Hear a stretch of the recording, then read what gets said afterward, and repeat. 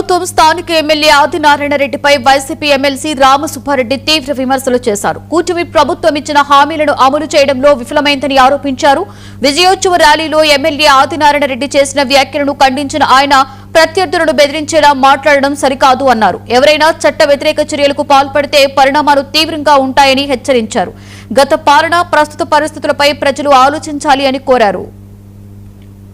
మా నాయకుడు జగన్మోహన్ రెడ్డి గారి ఆదేశాల మేరకు ప్రజల పక్షాన రైతుల పక్షాన కూటమి ప్రభుత్వం ఏదైతే హామీలు ఇచ్చిందో ఓట్ల కోసం ఇచ్చిన హామీలుగానే మిగిలిపోయినాయి. 2 సంవత్సరాలు పూర్తి అవుతా ఉంది. ఏ ఒక్క హామీ నెరవేర్చలేదు.